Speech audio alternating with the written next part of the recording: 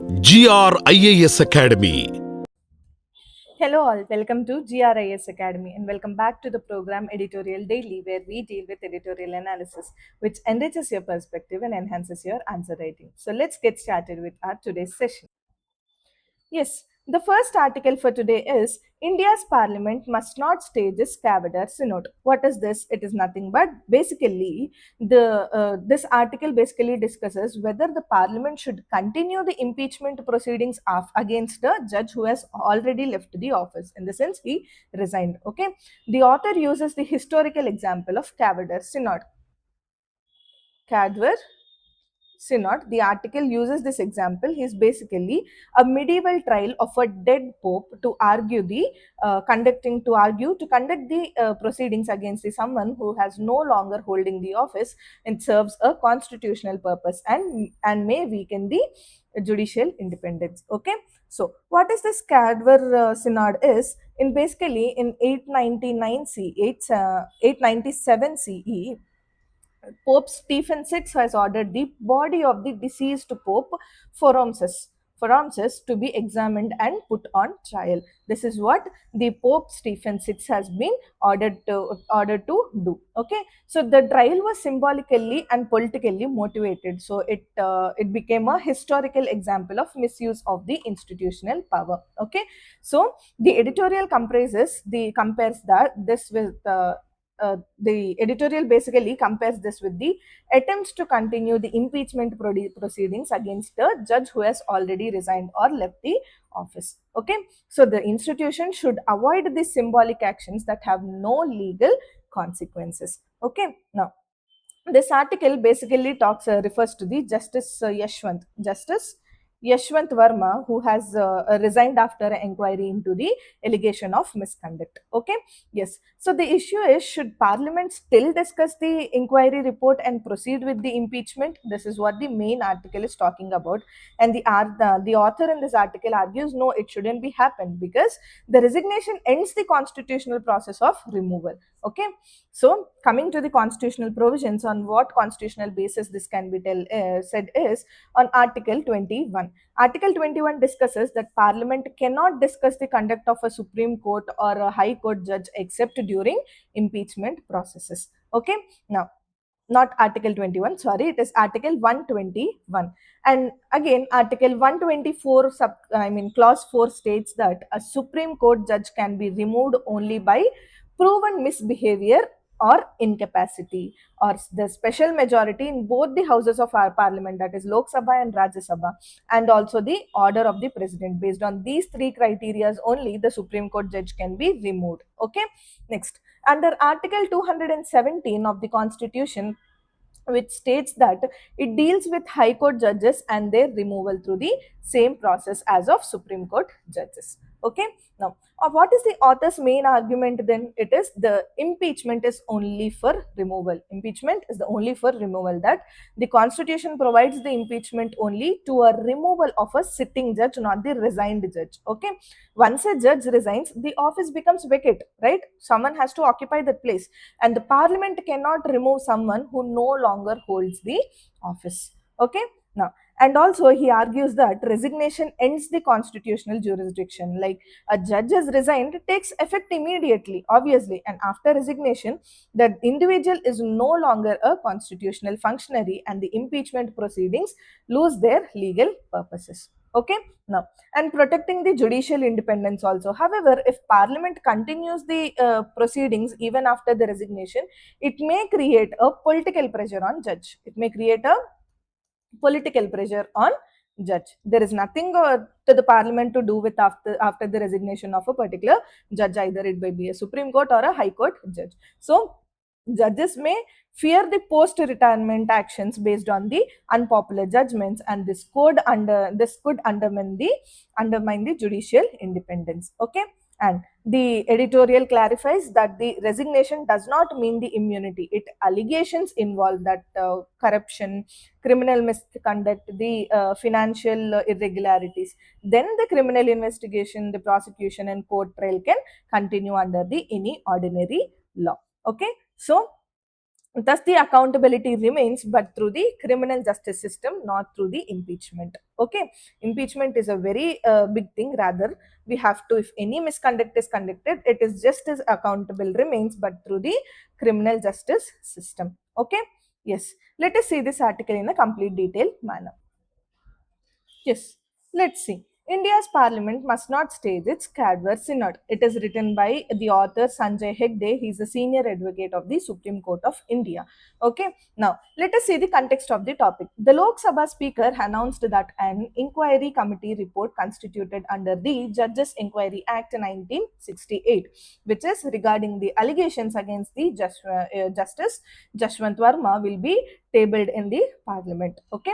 However, since this Justice Verma has resigned with the immediate effect on April 9th, giving up his official residence, vehicles, and the judicial salary, the author argues that continuing the impeachment proceedings against a judge who has already left the office is a purposeless exercise that threatens the judicial independence. Okay, yes, this is the main context of the article. Now let us link this article to the syllabus. For which syllabus we can link this article is for GS paper 2, that is the structure, organization and function of the judiciary, parliament and state legislatures, powers and privileges and issues arising out of these, and the separation of powers between various organs and the constitutional functionaries. This is how we can link this article to the paper GS paper 2. And for GS paper 4 also we can link this article to the legal and institutional ethics, the limits of the institutional power. Okay, now why the author in this article has given and taken an example of this Cavalier Synod is, when we see the historiological analogy, the Cavalier Synod, it is the papal precede. The papal president in 897 CE, the Pope Stephen VI has ordered the corpus of his procedures to the Pope Formosus to be dug up, dressed in papal vestments, and put on the trial for the pre-jury and violating canon law. Okay, so the dead Pope was found guilty. His acts were annulled, and his body was mutilated and flung into the Tiber River. This is what the historical background which we can take. So, what is the institutional lesson which we can take up from this is, history treats this spectacle as a distinguishedly fertile exercise. Okay, fertile exercise that provoked an ins- um, insurrection.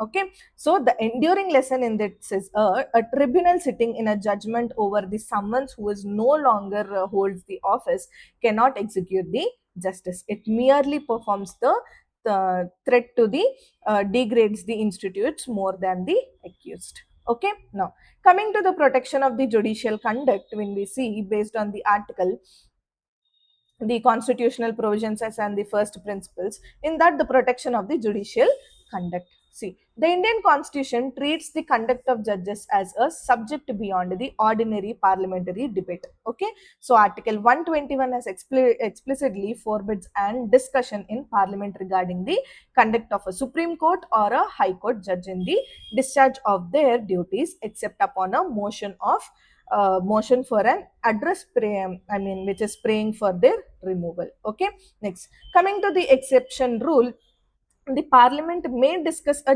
judge's conduct only when actively engaged in any processes of removal. The discussion is incidental to the removal and has no independent existence for this. Okay, then coming to the single consequence, if we see the Judges Inquiry Act 1968, this Judges Inquiry Act 1968 has no lesser penalty than the removal. So, the Parliament cannot senior, fine, or disqualify a judge. It can only remove them. It has only the power of removing them rather than questioning or penaltying the judge, or else the it cannot disqualify a judge. Okay, so therefore once a judge has resigned, the removal jurisdiction ceases to have nothing to do with a grip. Okay, yes. Next, When we see the concern of legal status of the resigned judge, if we see in that, the first one is unilateral constitutional act. In a Union of India versus Sri Gopal Chandra Misra and the ORS case of 1978, a constitutional bench held that a High Court judge's resignation under the Article 217 is a unilateral constitutional act that requires no acceptance by the president or anyone else. It is the whole and sole decision of a judge of any either Supreme Court or the High Court. Okay, so neither the president neither the parliament has anything to do with the resignation. Okay, next, serving the link. Like a judge who resigns with the immediate effect, who serves as their constitutional link at that moment of their own choosing. So they are constitutional functionaries, not a government servants. Basically, judges are not the government servants, they are constitutional functionaries, and whose resignation lies on a desk awaiting official acceptance. Okay, next, when we see these past precedents, when the Justice P.D. Dinkaran has resigned in 2011 while the impeachment proceedings were pending. So at that time, the inquiry committee was dissolved and no report has reached the parliament. And also, when Justice Soumitra Sen has resigned in 2011, after the Rajya Sabha has already adopted the removal motion, the proceedings has simply ended and the parliament never took the matter up. Okay, now coming to the way forward, which we see from for this article is table and immediately close the file. While this Justice Yashwant Verma committee has usually continued its work and submitted a sealed report after the resignation, which is tabling the report, should serve purely as a formal record to close the file. Okay, and the parliament should table the report, note it, and close the file rather than pursuing an impossible trial. Okay, yes. Coming to the utilize the proper forms for the accountability, ending the impeachment does not mean a resigned judge escapes the accountability. Impeachment is not a criminal punishment. So it is strictly the removal of an unfit occupant from a constitutional office, a purpose which has already been achieved by the resignation. Okay. So if any financial or the criminal offences are uncovered, the ordinary criminal law, not the impeachment on all, the ordinary criminal law investigation and the prosecution channels apply for the former judges exactly as they do to any citizen. Okay, next, furthermore, the separate statutory questions regarding this pensions and the terminal benefits can be lawfully examined by the government. Okay, this is what particularly it has to be happen, rather than after the resignation of the judge also impeachment shouldn't be done. Okay, yes. So why this impeachment proceedings end after the resignation? This is a basic question.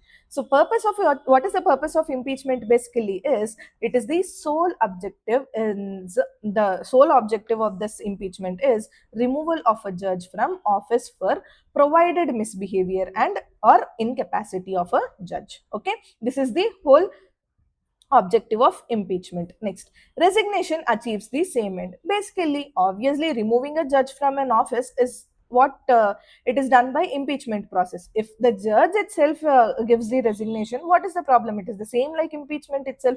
So when a judge resigns with immediate effect, the office is vacate vulnerability. So the impeachment, then it has nothing left to achieve. Okay, now removal of jurisdiction cases. Like the Parliament power under the Judges Enquiry Act 1968 is strictly to remove. So once the office is vacant, the jurisdiction naturally expires. Okay. Now, what is the risk of the institutional theatre then? Counting the trial becomes a fault spectacle. It's a becomes the futile spectacle, degrades the institutions rather than serving the justice. Okay. Next, removal versus the criminal liability. How? Coming to the impeachment or removal, it is not a criminal punishment. It is just a removal of an unfit occupant from a constitutional office. Okay, and this is achieved by the moment the judge resigns. It is achieved when the moment the judges resign, the impeachment is also done. Okay, there is nothing to do with the parliament or anyone. Okay, now Coming to the criminal law or the civil consequences, which can be seen, if a financial or a criminal offences are uncovered, ordinary criminal law applies to equal to the former judges also, like unlike the citizens. Okay, so investigation, the prosecution and trial processes as within as citizens, any citizen of India. Okay, now coming to the statutory questions regarding the pensions and the terminal benefits can be examined separately by the government for the judges. Okay, next, coming to the past precedents, if we see, as we have discussed, the removal, I mean the resignation of Justice P.D. Dinakaran, who has resigned in 2011 while his impeachment proceedings were in pending. So the inquiry committee was dissolved then, and no report has reached the parliament till now. Okay, next, another case of Justice Saumitri Sen, who has resigned in 2011 itself after the Rajya Sabha has already adopted the removal motion. So the proceedings has simply ended and the parliament never took the matter up. So the consistent principle here is both instances uphold the principle that resignation put up an end to the impeachment proceedings. There is nothing to do when the judge resigns immediately. Okay, next, coming to the constitutional philosophy, separation of powers and judicial independence, and we see the constitutional provisions as Article 121, which prevents the parliament from becoming a debating forum on judicial conduct and safeguarding the independence and dignity of the judiciary. Okay, and a post resignation trial would convert the parliament into a court of retribution, violating the basic structure principle of the separation of powers. Next, and the constitution envisions the mutual respect among the organs, not score settling or public sharing of those who no longer hold the office. Okay, and the institutions must act with the self resilience to preserve the public trust in constitutional governance. Yes, this is the constitutional philosophy which we can see during this, where the legislative, the executive, and the judiciary should work in a proper manner. Next, coming to the conclusion of this article, this impeachment proceedings against a judge who has already resigned with immediate effect is a constitutional impossibility and a historical folly akin to a Cavalier synod. Okay, so the parliament must table the report, record it, and close the file. This is what the parliament has to do without any proceedings or impeachments. So accountability, if any, must be pursued through the ordinary criminal law and the other appropriate legal mechanisms as the citizens of India go through. Okay, not through a futile spectacle. This insults the justice and the undetermines the institutional credibility also if it is done like that. Okay, next, coming to key takeaways for the mains answer rating which we can take up from this article is impeachment is only for the removal, resignation ends the jurisdiction basically. So the article 121 bars the discussion on the judicial conduct except for the removal. So a resigned judge serves the constitutional link by the article 1217, and the unilateral constitutional act no acceptance is needed. And for the past precedent, support closures after the resignation is one of the things which we can take up, and accountability continues through ordinary criminal law and the statutory mechanisms. This is what we have to note it down. Okay, yes. Yes, when we think about this, why do you think the framers of the Indian Constitution, which has been included the Article 121 to restrict the Parliament from discussing a judge's conduct under the normal circumstances? This is the question which we have to raise. So think of it and let us know in the comment section so that I will read all your answers. Okay? Yes. Now let us move on to the next article. Yes. Let's see. Revisiting the denominator beyond population in India's delimitation debate. The author of the article is Praveen Chakravarti, who is the member of the parliament, member of the delimitation committee, which is visiting professor also. Okay, next. Coming to the context of this article, the basically is the intensifying political debate which is surrounding India's upcoming delimitation, which exercise, and the fear of the southern states losing representation despite the superior economic and social indicators. So, the author argues the current population only based delimitation is wrapped and fails to account for the realities of modern India federalism. This is what the context of the article is, and the article is arguing about. Now, let us see the introduction for this topic. Basically, the parliament's primary authority stems from its power of the power of the purse, like the responsibility of collecting taxes and directing the expenditure.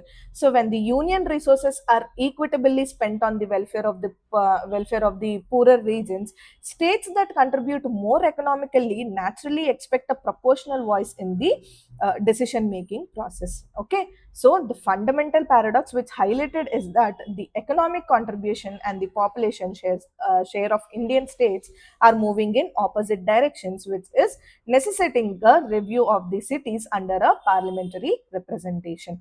Okay, now how can we link this article to the syllabuses? For GS paper 2, we can link this article to the polity subject, which is the Indian constitution, representation in the parliament, federalism, the center state relationships, and the statutory bodies like delimitation commission. Next, for GS paper 2, in the same paper we can link this article to the welfare schemes for vulnerable sections of the population by the center and states, and the performance of these schemes. And for GS paper 3 also, in the economy paper, we can link it to the Indian economy, mobilization of resources, growth, and the employment in the fiscal federalism. Okay, and there are few key terms of analysis which we can see, that as the first one is the fiscal demographic divide. What is it? Qualifying the conflict. Thus, as I said, the three southern states like Tamil Nadu, Karnataka, and Telangana contributes roughly 20%, 20% of the union tax kitty, that is either be the direct tax or the indirect tax, while accounting for only 13% of the total population. Okay, 20% of the tax has been, either it be a direct tax or indirect tax, they are contributing around 20 percentage. When we take the examples of only these three states, Tamil Nadu, Karnataka, and the Telangana, while in regards of population they are contributing only 13 percentage. Okay, so the diverging directions, like southern states shares of revenue are more when compared to the population share. So when compared to the northern states, the share of the revenues are less and population is more, because in this delimitation process, as we are considering the criteria of population, now the northern states have more representation than the southern states. Okay, the federal question comes up here is, the poorer, more populous states requires greater funds for the finance. As per the finance commission, should the population be the sole determinant for defining the political voice representation in the parliament, when the revenues and the spending needs the diverge so drastically? So the financial oversight implies is the representation proportional to contribute to tax collections also. Okay, next, the next key theme is the challenging historical dogma on terminology grounds. Basically, when you look into the historical context with this versus this modern reality, if we see the population based model that is established by the figures like James Madison in 1787, the US constituency was based on the practical limits of the human canvassing for the representation. So based nowadays in technology as a force multiplier now, MP in 2026 doesn't walk the district to communicate. Basically, technology allows them to reach hundreds and thousands or millions of constituencies instantly. So technology has eliminated the practical limit that justified equalized constituencies. Okay, next, coming to practical versus the moral claims, when we see, while the modern claim has that every citizen vote should have equal weight, must be preserved. That is 1% one vote. So the practical burden of the representation that dictates the equal proportion population per seat. Okay, have been resolved by the technology. So the delimitation is a federation is about balancing the collective state leverage, not just the individual voter weight. Okay, yes. Next, this is one of the theme coming to the historical and the technological dogma. Next, the third theme is the ironies, anomalies, and the regressive incentives, which is the migrant labor irony. If we see in that, a significant amount of the tax revenue has remitted by the Karnataka and the Tamil Nadu. It is generated by the migrant laborers from northern states. So, yet the northern states will gain the parliamentary seats based on these same migrant populations, as they remain counted in their home states population only.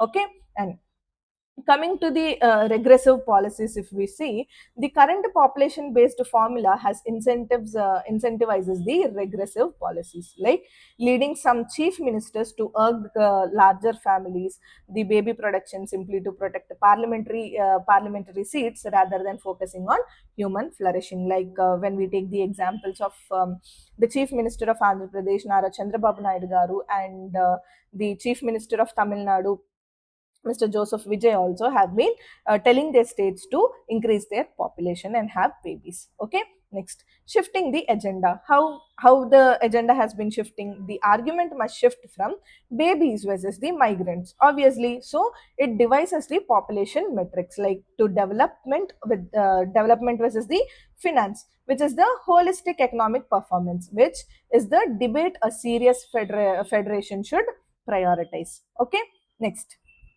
Moving forward, let's see the conclusion of this topic. The conclusion is the author argues that the delimitation flight is currently over the wrong number which the census of the year is used. Basically, we are using after 2026. Okay, so the requisition is whether the population can remain the sole determinant of the representation. So the parliament must redefine the criteria to arrive a holistic formula.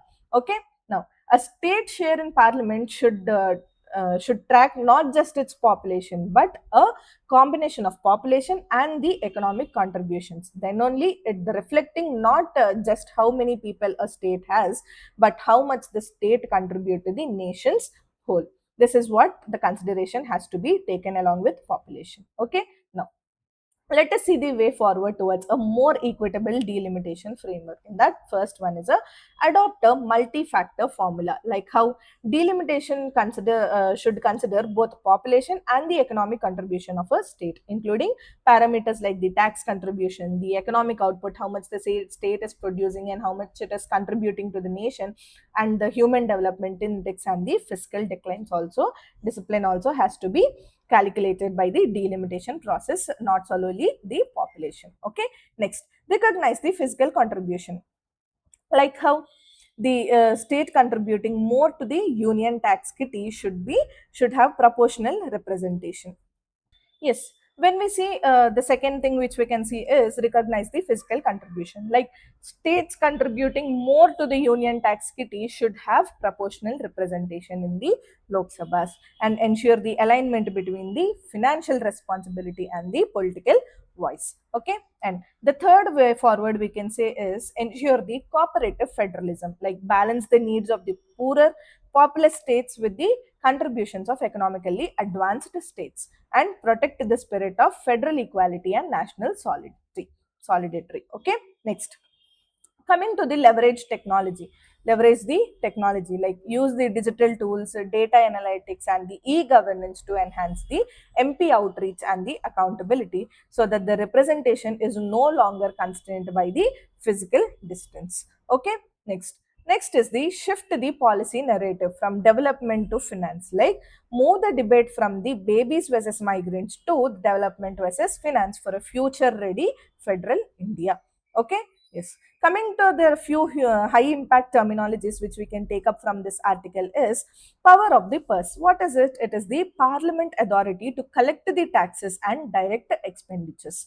Okay, and next is fiscal federalism. What is it? It is the distribution of the financial resources and responsibilities between the union and state. And the next is the delimitation commission. It is a statutory body which is constituted to redraw the parliamentary and the assembly constituencies.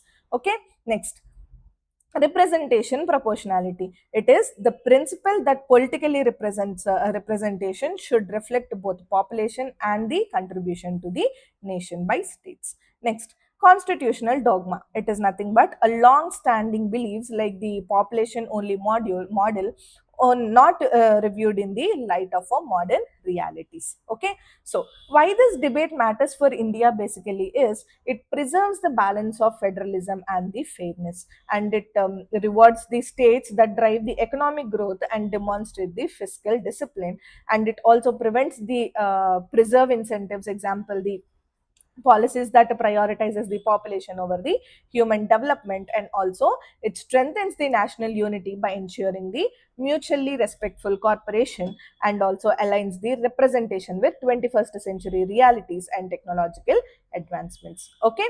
Yes, at a glance, if we see the core argument in one frame, the complete article in one frame, if we see, the current reality is the economic contribution and the population share are moving in opposite directions. Okay, and the problem where it comes is population alone delimitation is wrapped up and outdated, and the main principle of it is representation must reflect both the population and the economic contribution, and major goal of India is to a stronger, fairer and future ready federal India has to be there. Okay. Yes, this is the article which it is talking about the delimitation. Okay. Yes. And yes, these are the two articles for today. The first is the about the Justice Yashwant Verma, who has been resigned, and also the Parliament is wanted to do the impeachment process and all. And we have seen few constitutional provisions that Parliament has to stop these impeachments. And then the next article is about the delimitation, which has taken population as the only criteria for the delimiting, for which is affecting north southern states rather than the northern states, about because of this population criteria in the delimitation. Okay. Yes, these are two articles which we have seen for today. And yes, I hope everyone liked this video. If you want a complete PDF of it, do visit our website, and do like, share and subscribe to our YouTube channel for more editorial analysis, and do follow our Instagram channel as well as our Telegram channel for your UPSC preparation. And I'll see you all tomorrow with another editorial analysis. Thank you.